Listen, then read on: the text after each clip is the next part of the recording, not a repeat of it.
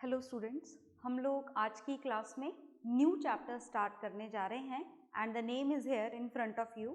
This is improvement in food resources. मतलब आप जो खाना खाते हो उस खाने का सोर्स तो आपको पता ही है. उस खाने का सोर्स या तो प्लांट्स होते हैं, इज इट ओके? जैसे आपने कोई भी प्लांट प्रोडक्ट का कंजप्शन करा तो आपके खाने का सोर्स प्लांट्स हो गए, या फिर आपके खाने का सोर्स क्या प्लांट के अलावा भी कुछ हो सकता है? बिल्कुल हो सकता है. जैसे हम मिल्क के लिए किसके ऊपर डिपेंडेंट होते हैं? काउस के ऊपर, बफेलोज के ऊपर. या फिर अगर आप नॉन वेजिटेरियंस हैं तो आप अपने फूड के लिए किसके ऊपर डिपेंडेंट होते हैं? तो आप अपने फूड के लिए प्लांट प्रोडक्ट और काऊ एनिमल्स के साथ साथ कुछ और एनिमल्स के ऊपर भी डिपेंडेंट होते हैं. किस तरीके से डिपेंडेंट होते हैं? जैसे आप फिशेस के ऊपर डिपेंडेंट होते हैं, पोल्ट्री फार्मिंग, चिकन्स के ऊपर डिपेंडेंट होते हैं and many more. Is it okay?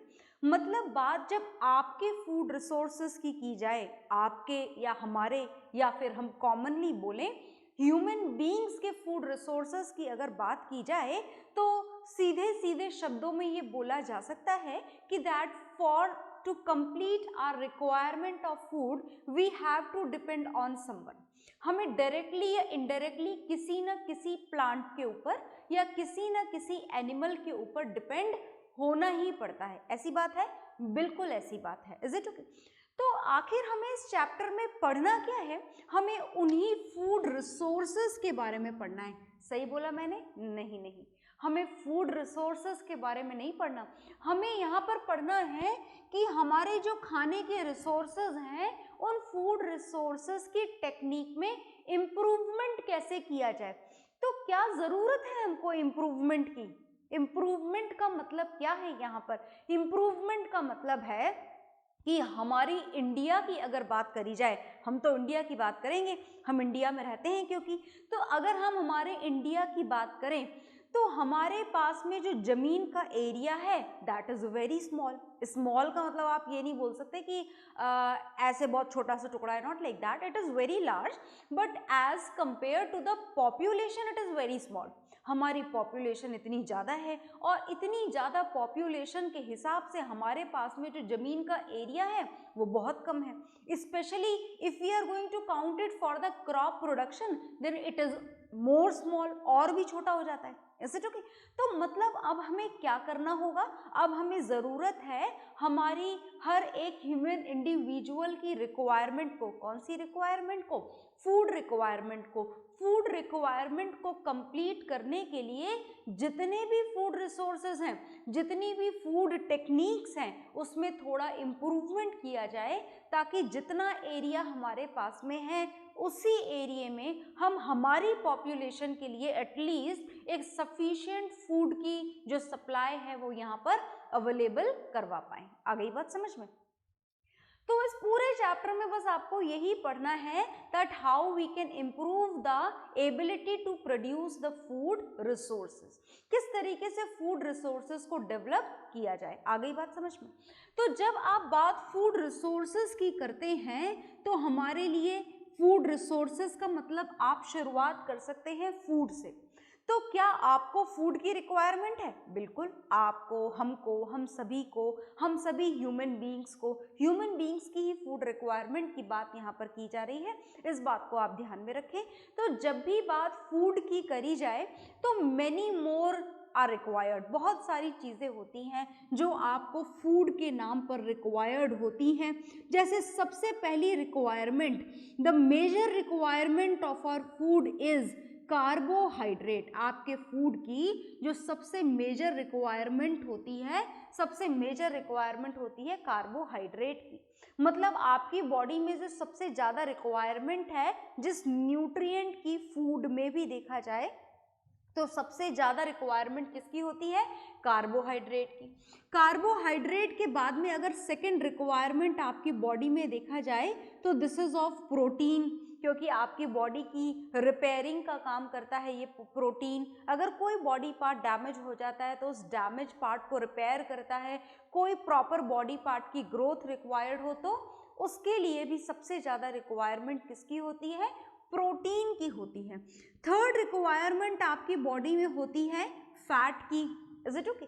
तो अगर बात कार्बोहाइड्रेट और फैट की जाए तो they both fulfill a particular function in our body.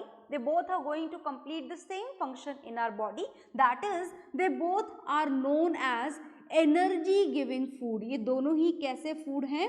Energy giving food है। When you need energy, do you need energy? Yes, we need energy to complete all the work. Even you need energy to sleep also. आपको सोते वक्त भी energy की requirement होती है to complete the life processes, just like the movement of heart beat, the continuous breathing of a body. Is it okay? So for this we need the energy even when we sleep. So this energy giving food are these two. One is carbohydrate and second is fat, and the second is protein. Protein is required for your body to repairing, just for its repairing. Repairing के लिए आपकी body को किसकी ज़रूरत होती है? Repairing के लिए आपकी बॉडी को ज़रूरत होती है प्रोटीन की। Is it okay? इसके बाद में आपकी बॉडी के स्मूथ फंक्शनिंग के लिए किसकी ज़रूरत होती है? विटामिन्स की। स्मूथ फंक्शनिंग का मतलब समझ गए ना? आपका ब्रेन प्रॉपर काम करता रहे, आपका हार्ट प्रॉपर काम करता रहे, आपकी आईज प्रॉपर काम करती रहे, तो जितने भी ऑर्गेन्स हैं, for the smooth functioning of all these organ, the food which is required in our body is all the vitamins. Vitamins के नाम आपको थोड़े बहुत याद होंगे, vitamin A, B, C, D, K. Is it okay? So number of vitamins, number of different vitamins are required in our body. Is it okay? Vitamin के बाद में जो आपकी बॉडी में रिक्वायरमेंट होती है, this is the requirement of minerals. ये किसकी रिक्वायरमेंट होती है? मिनरल्स की। फिर रिक्वायरमेंट होती है आपकी बॉडी में वाटर की। हालांकि वाटर को आपके नरिशमेंट का पार्ट तो नहीं बोला जा सकता कि ये नरिशमेंट का पार्ट है या ये न्यूट्रिशन आपकी बॉडी को प्रोवाइड करता है, but then also this water is required, आपकी बॉडी में ज़रूरत होती है, so that all the life processes can go on smoothly in the presence of this water. Is it okay? The next requirement and the last requirement of your body is of roughage. Roughage की ज़रूरत होती है which should have a lot of fibers in it. roughage किसे बोला जाता है? जिसमें ढेर सारे fibers हो। तो carbohydrate, protein, fat, vitamins, minerals, water, roughage, इतने सारे डिफरेंट न्यूट्रिएंट्स की आपकी बॉडी को ज़रूरत होती है। जब ये सारे न्यूट्रिएंट आपकी बॉडी को प्रॉपर अमाउंट में, जितना चाहिए उतना ही, इज इट ओके? अगर ये सारे न्यूट्रिएंट आपकी बॉडी में सफिशिएंट अमाउंट में आपको मिले on the regular basis, then your diet is considered as the balanced diet. तो फिर आपकी डाइट को क्या बोला जाता है? Balanced diet. आपने लास्ट चैप्टर में पढ़ा था ना, why do we fall in में, that to be disease free always a balanced diet should be taken by the individual. So all these nutrients are required in your body. Okay, note it down. तो आपने ये note down कर लिया होगा, और इसको note down करने के बाद में हम पढ़ने जा रहे हैं कि ये जो फूड की रिक्वायरमेंट है ये कहाँ से कंप्लीट होगी, किस तरीके से कंप्लीट होगी ये फूड की रिक्वायरमेंट, वो भी इतनी बड़ी लार्ज पॉपुलेशन के लिए। Specially when we talk about our country, our India, then it is very large, it is having a very large population, so its demand is also very high. बहुत demand है यहाँ पर food की। क्यों है यहाँ पर बहुत डिमांड? क्योंकि इतनी बड़ी पॉपुलेशन है, तो सारी पॉपुलेशन को फुलफिल करने के लिए, उनकी फूड रिक्वायरमेंट्स को फुलफिल करने के लिए we have to produce a lot. Is it okay? तो बात हमें शुरू करनी है यहाँ पर फूड रिसोर्सेज की, और रिसोर्सेज की शुरुआत हम करेंगे यहाँ पर प्रोडक्शन से। किससे स्टार्ट करेंगे? प्रोडक्शन से। तो अगर बात फूड रिसोर्सेज के प्रोडक्शन की जाए तो हमारी अर्थ पर, not only in our country, even we can say that this happens in the whole world, when we talk about the production, तो प्रोडक्शन की शुरुआत होती है हमारी अर्थ पर विद द ग्रीन प्लांट्स। इसीलिए कॉमनली ग्रीन प्लांट्स को क्या बोल दिया जाता है? कॉमनली हमारी साइंस के अंदर इन ग्रीन प्लांट्स को बोला जाता है प्रोड्यूसर्स। क्या बोला जाता है? ग्रीन प्लांट को प्रोड्यूसर्स बोला जाता है। क्यों बोला जाता है producers? Because green plants are the only one which can use the solar energy directly. ये ग्रीन प्लांट्स क्या करते हैं? सोलर एनर्जी को एब्जॉर्ब कर लेते हैं. सोलर एनर्जी का मतलब तो समझ गए ना, सोलर एनर्जी का मतलब सनलाइट, और सनलाइट को एब्जॉर्ब करके ये डायरेक्टली किस में कन्वर्ट कर देते हैं? ये डायरेक्टली सोलर एनर्जी को एब्जॉर्ब करके केमिकल एनर्जी में कन्वर्ट कर देते हैं, which is stored in the form of carbohydrates in the plant. जो प्लांट में कौन सी फॉर्म में स्टोर हो जाता है? कार्बोहाइड्रेट की फॉर्म में. या और सिंप्लीफाई करके बोलना चाहें आप इसे, तो आप इसे ग्लूकोज भी बोल सकते हैं. मतलब the solar energy will be change into the glucose, and this happens only in the green plant, and we know it very well that the process of this conversion, the conversion of solar energy into glucose, this process is known as photosynthesis. इस process को क्या बोला जाता है? हम बहुत अच्छे से जानते हैं, हम बहुत जूनियर क्लासेस से पढ़ रहे हैं इस बात को, that this conversion which is done only by the green plants, this is known as photosynthesis. मतलब ये आप बोल सकते हैं कि हमारी अर्थ पर फूड प्रोडक्शन का काम सिर्फ एक ही जना कर सकता है, सिर्फ एक ही लिविंग बीइंग कर सकता है, दैट इज ग्रीन प्लांट्स. और बाकी जितने भी रिमेनिंग लिविंग बीइंग्स हैं, whether it is a micro organism और जितने भी टाइप के ऑर्गेनिजम्स हैं, they all depend on the green plants only, directly और indirectly they depend on the green plants for their food. Is it okay? आ गई बात समझ में? तो आप इसको भी नोट डाउन कर लीजिए, फिर थोड़ा और आगे चलेंगे. ठीक है? हाँ जी, तो आपने ये नोट डाउन कर लिया होगा. तो हमें समझ में आ गया है कि हमें यहाँ पर प्रोडक्शन किसका करना है. बेसिकली प्रोडक्शन कौन करते हैं फूड का? बेसिकली प्रोडक्शन करते हैं producers. And when we talk about the producers on the complete surface of earth, then they are the only one, that is the green plants. Only they can produce food directly by absorbing the solar energy. Even we are also there in the presence of sunlight, but we are not at all able to produce any type of carbohydrate, glucose, fat or anything else. Is it okay? तो देखिए, अब हमें क्या करना है? Production बढ़ाना है. और प्रोडक्शन कैसे बढ़ाना है? सस्टेनेबल प्रोडक्शन बढ़ाना है. सस्टेनेबल ग्रोथ करनी है आपको. ऐसा नहीं कि अचानक से ग्रोथ करनी है, एक बार में क्या करें, इतनी सारी वैरायटी अवेलेबल करवा दें, इतना सारा प्रोडक्शन कर दें अर्थ से. ऐसा नहीं करना है कि अर्थ के सारे न्यूट्रिएंट ही खराब हो जाएं, है ना, हमारी अर्थ से सारी फिशेस ही गायब हो जाएं, पोल्ट्री फार्म से सारे की सारी चिकन्स ही गायब हो जाएं. ऐसी ग्रोथ नहीं करनी है. हमें कैसी ग्रोथ करनी है? हमें इस पर्टिकुलर फूड रिसोर्सेज के लिए सस्टेनेबल ग्रोथ करनी है. सस्टेनेबल ग्रोथ का मतलब समझ में आए? हमको हमारी वैरायटी में इम्प्रूवमेंट भी करना है, फूड रिसोर्सेज में इम्प्रूवमेंट भी करना है, और इस इम्प्रूवमेंट से हमारे नेचर को या नेचर के किसी इंडिविजुअल को कोई नुकसान भी नहीं पहुंचाना है. तो इस सस्टेनेबल इम्प्रूवमेंट के लिए, इस सस्टेनेबल ग्रोथ के लिए, ग्रोथ कौन से हिसाब से काउंट की जा रही है इस चैप्टर में? When we talk about the sustainable growth in this chapter, then this is only and only related with the improvement of food resources. Is it okay? Nothing else. We are not at all going to talk about any other type of growth here, financial growth and all. There is no need of discussion of all these type of growth. So just we have to know about the growth of, about the improvement of food resources. तो कुछ जो interested लोग थे, जो concerned लोग थे, उन्होंने sustainable growth के लिए कुछ रिवॉल्यूशंस स्टार्ट करे. क्या स्टार्ट करे इन्होंने? रिवॉल्यूशंस.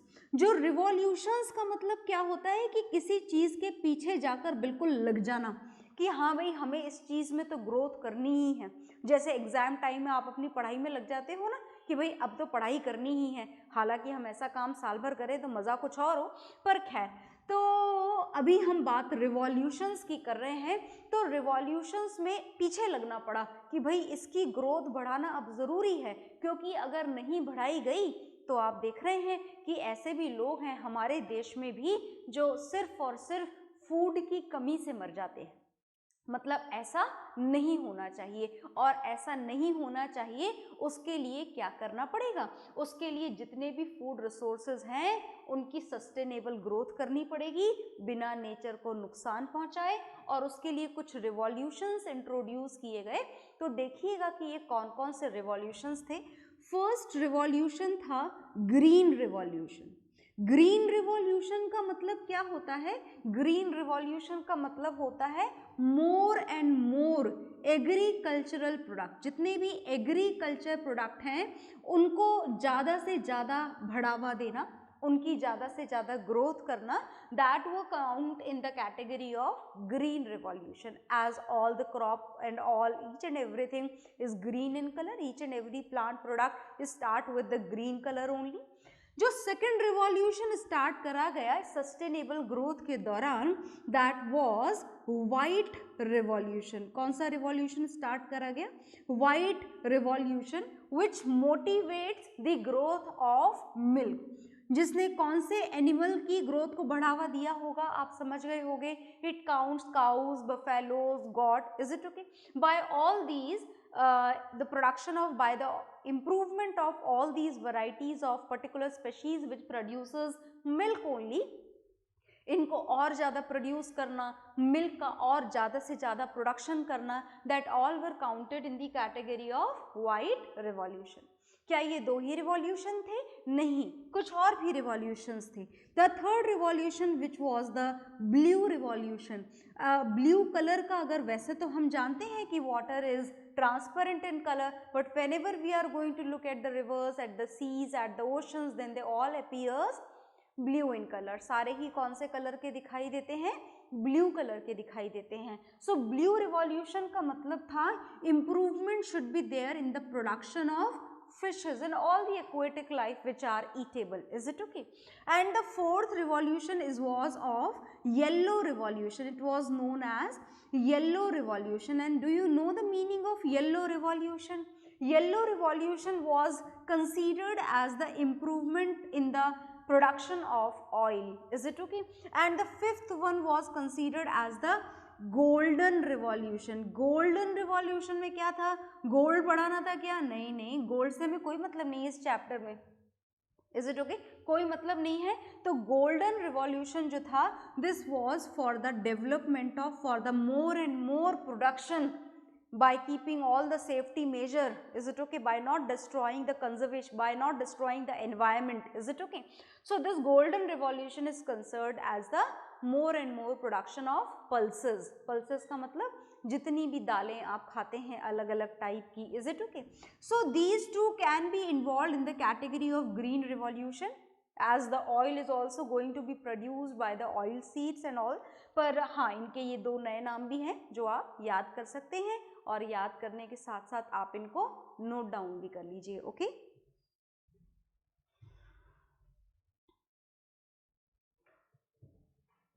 हाँ जी, तो आपने ये नोट डाउन कर लिए होंगे। अब इनको नोट डाउन करने के बाद में हमने रिवॉल्यूशंस के टाइप जाने, और जैसा कि आपने देखा कि हमारा टॉपिक चल रहा है सस्टेनेबल ग्रोथ, मतलब ग्रोथ कैसी होनी चाहिए? सस्टेनेबल होनी चाहिए, इज इट ओके? तो सस्टेनेबल का मतलब क्या है? ऐसे नहीं कि बिल्कुल बदमाशी करी आपने किसी भी तरीके की नेचर के साथ में या किसी भी तरीके से, वैसी नहीं, इज इट ओके? धीरे धीरे तरीके से प्रॉपर ग्रोथ करते जाना, that is known as sustainable growth, is it okay? तो सस्टेनेबल ग्रोथ में जो हमारा पहला टारगेट होता है वो होता है conservation. Conservation of all natural resources, conservation of all the natures sources, all the natural resources, all the parts of the environment। मतलब बात ये है कि किसी भी तरीके के प्रोडक्शन को बढ़ाने के लिए आपको नेचर का ओवर यूटिलाइजेशन या मिस यूज या किसी भी तरीके का नेचर का डिस्ट्रक्शन नहीं करना है। आ गई ना बात समझ में? Destruction should not be there, is it okay? No damage should be there, कोई डैमेजिंग नहीं होनी चाहिए। अच्छा, तो देखिएगा नेक्स्ट, तो जब बात हम सस्टेनेबल ग्रोथ की करें इज इट ओके? तो यहाँ पर आपने फर्स्ट देखा कि आपके नेचुरल सोर्सेज का क्या रहना चाहिए, कंजर्वेशन रहना चाहिए। Natural resources should remains conserve, उनको नुकसान आपको नहीं पहुंचाना है। तो दूसरा आप क्या कर सकते हैं कि ग्रोथ भी हो जाए और हमारा नेचर डैमेज भी ना हो किसी भी तरीके से। तो उसके लिए हम फॉलो कर सकते हैं different type of cropping patterns. क्या फॉलो कर सकते हैं? डिफरेंट टाइप के क्रॉपिंग पैटर्न्स। ये क्रॉपिंग पैटर्न्स हमको आगे जाकर के पढ़ने हैं, पर मैं नाम यहाँ पर लिख देती हूँ कुछ क्रॉपिंग पैटर्न्स के, जैसे इंटर क्रॉपिंग, ध्यान से सुनते जाइएगा। नेक्स्ट है crop rotation, is it okay? Crop rotation के बाद में एक नाम और है, that is mixed cropping. Mixed cropping के साथ में एक नाम और आपको लिखना है, that is integrated cropping. Is it okay? Integrated cropping. तो आप इन चारों नामों को नोट डाउन कर लीजिए, फिर हम थोड़ा और जानेंगे। ओके?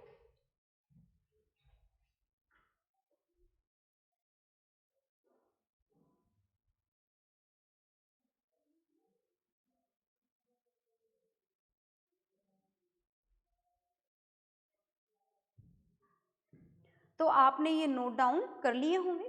क्रॉपिंग पैटर्न को नोट डाउन करने के बाद में अब इनका क्या मतलब है ये हम पढ़ेंगे, बाद में जानेंगे। बस याद रखिएगा कि when we use these cropping pattern, तो जो हमारा एनवायरनमेंट है वो डिस्ट्रॉय नहीं होता, हमारी जो सॉइल है उसकी क्वालिटी खराब नहीं होती। Is it okay? तो ये सारी बातों का ध्यान रख लेते हैं हमारे ये क्रॉपिंग पैटर्न्स। अब ये अपना काम कैसे करते हैं इस बात का डिस्कशन हम बाद में करेंगे, इसी चैप्टर में करेंगे, पर बाद में करेंगे। Is it okay? तो सस्टेनेबल ग्रोथ के बाद में हमको जानना है, हमने बहुत कुछ जाना अभी तक। हमने जाना कि जब फूड की बात करी जाए तो फूड में हमें क्या क्या उगाना होता है, तो ये हमने नहीं जाना, तो इस बात को हम जानना यहाँ पर शुरू कर देते हैं। तो जैसे आपने देखा कि आपकी बॉडी की रिक्वायरमेंट अलग अलग हैं।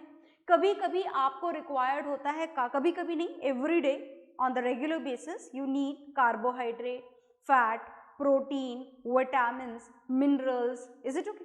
तो फॉर ऑल दीज थिंग्स आपको अलग अलग टाइप की क्रॉप का प्रोडक्शन करना पड़ेगा। तो चलिए हम जानेंगे आज की क्लास में कि आखिर हमें कौन कौन सी क्रॉप का प्रोडक्शन किस किस प्रोडक्ट के लिए करना पड़ता है। ठीक है? तो चलिए जानना शुरू करते हैं। तो जब बात हम फूड की करें तो जो मेन चीज आपके फूड में रिक्वायर्ड है, मैंने आपको अभी थोड़ी देर पहले बताया था, that carbohydrate is the major part of our food. हमारे फूड का मेजर पार्ट क्या है? हमारे फूड का मेजर पार्ट है कार्बोहाइड्रेट। Is it okay? तो कार्बोहाइड्रेट की कैटेगरी अगर काउंट की जाए तो for the production of carbohydrate हमें किसकी जरूरत होती है? सीड्स की जरूरत होती है। किसकी जरूरत होती है? सीड्स की। तो देखो जब बात सीड्स की जाए तो it can be divided into so many categories. Seeds में सबसे पहले आते हैं cereals which are the major source of carbohydrate. जो किसका मेजर सोर्स होते हैं? कार्बोहाइड्रेट का मेजर सोर्स होते हैं। और कार्बोहाइड्रेट के लिए आपको जिस जिस सीड का प्रोडक्शन करना पड़ता है उनमें से कुछ नाम मैं आपके सामने लिख देती हूँ। फॉर एग्जाम्पल वीट, यही हम सबसे ज़्यादा कंज्यूम करते हैं। वीट के बाद में अगर हम सेकेंड इम्पॉर्टेंट ग्रेन देखें then it is rice. Rice के बाद में फिर आप बहुत सारे डिफरेंट टाइप के सीड्स आजकल खाया करते हैं, जैसे मेज हो गया, बार्ले हो गया एंड मेनी मोर, बहुत सारे और भी एग्जाम्पल्स हैं। तो जब बात सीड्स की जाए then they are the major source of carbohydrate. ये आपकी बॉडी में मेनली किसकी सप्लाई करते हैं? ये आपकी बॉडी में मेन सप्लाई करते हैं कार्बोहाइड्रेट की। अगर सीड्स की कैटेगरी में आप सेकंड रिक्वायरमेंट देखेंगे तो सेकंड रिक्वायरमेंट आती है आपकी पल्सेस की। किसकी रिक्वायरमेंट आती है? पल्सेस की, जिसको आप बोलते हैं दालें। और जितनी भी वैरायटी मैं अभी थोड़ी सी देर में यहाँ पर लिखूंगी, पर याद रखिएगा कि जो बात पल्सेस की जाए तो पल्सेस जो होती हैं they are the major source of protein in your body. ये मेजर सोर्स किसका प्रोवाइड करती है? मेजरली आपकी बॉडी को क्या प्रोवाइड करती हैं? प्रोटीन प्रोवाइड करती हैं। तो चलिए कुछ नाम लिख लेते हैं यहाँ पर कि आखिर कौन कौन सी दालें आप खाते हैं। Is it okay? तो चलिए देखिएगा। सबसे पहले हम लिखने जा रहे हैं चिकन पी। देखा होगा शायद आपने। अगर मैं आपको बताऊं तो chicken pea is known as chole, जो आप खाते हो छोले भटूरे वाले chole, that is known as chicken pea. तो हम चलो इसका हमारा देशी नाम भी लिख देते हैं so that it becomes easier to keep in mind. और देखें और नाम लिखते हैं यहाँ पर। नेक्स्ट है pigeon P. Do you know about this pigeon P? आप आज जाकर के अपने घर के डब्बों में दालें जरूर ढूंढ लीजिएगा। Is it okay? This pigeon pea is commonly known as arhar dal. Is it okay? और इट इज तुअर दाल, है ना। दो नाम होते हैं इसके। आप जिससे इसे पहचानते हो वो नाम से आप इसे पहचान सकते हैं। Is it okay? नेक्स्ट होती है green gram. Green gram is known as moong dal. मुझे लगता है आपकी मॉम से जाकर के आप पूछेंगे कि आखिर ये मूंग दाल क्या होती है, तो आपको ज़्यादा अच्छे से पहचान में आएगा। Next is black gram. Black gram is commonly known as urad dal. Is it okay? So they are the common names. ये कॉमन नेम्स हैं सारी पल्सेस के। और भी बहुत सारे नाम होते हैं यहाँ पर पल्सेस के which we grow usually and they are the major source of protein in our body. Is it okay? जो तीसरे टाइप के सीड का प्रोडक्शन आप करते हैं they are the oil seeds. ये कौन से सीड्स होते हैं? ये होते हैं ऑयल सीड्स। ऑयल सीड्स का मतलब ऐसे सीड्स जिसमें से क्या निकाला जाता है? ऑयल निकाला जाता है, ऑयल एक्सट्रैक्ट किया जाता है और फिर आप उस ऑयल को काम में लेते हैं। तो चलिए मैं आपको यहाँ पर इनके भी कुछ नाम बताने जा रही हूँ, देखिएगा। जैसे the main example of this are mustard seed, लिख देती हूँ मैं यहाँ पर। मस्टर्ड सीड में से आप जो यूज करते हैं वो क्या होता है? It's oil, mustard oil. Is it okay? Next आप यूज करते हैं, अलग अलग टाइप के ऑयल हम यूज करा करते हैं। Next is groundnut oil. Use करते हैं ना ग्राउंडनट ऑयल? बिल्कुल ऑयल यूज करते हैं, ग्राउंडनट ऑयल। सनफ्लावर ऑयल भी यूज करते हैं। And for that the production of sunflower seeds has to be grown for the production of sunflower oil. Is it okay? फिर आप यूज करते हैं सेसमे एंड दिस इज तिल, जिसे आप हिंदी में तिल बोला करते हैं। Is it okay? So in this way many more oil seeds are there which are produced for their oil and this oil provide fat to your body. ये आपकी बॉडी को क्या प्रोवाइड करते हैं? फैट प्रोवाइड करते हैं। इसके अलावा जो सीड्स हम उगाते हैं normally these are the dry fruits. Dry fruits is also known as, they are usually a type of seed only. जैसे आपने खाए आमंड्स, तो आमंड एक फ्रूट में से निकलता है, मतलब एक सीड है, बिल्कुल एक सीड है। Is it okay?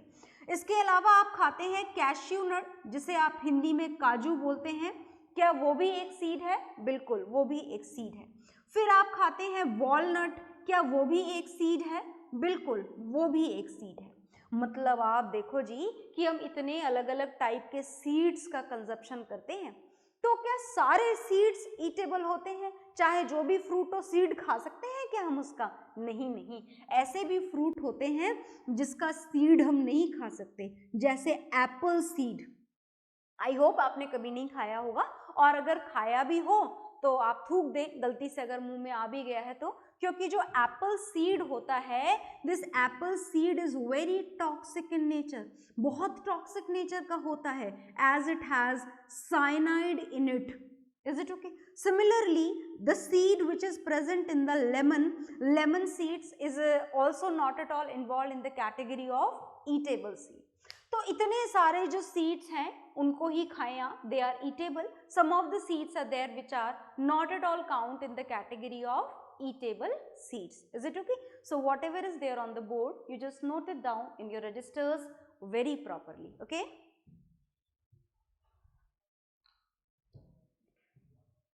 तो इतना आपने नोट डाउन कर लिया होगा और इसके बाद हम लोग पढ़ेंगे नेक्स्ट क्लास में। Okay, bye everyone.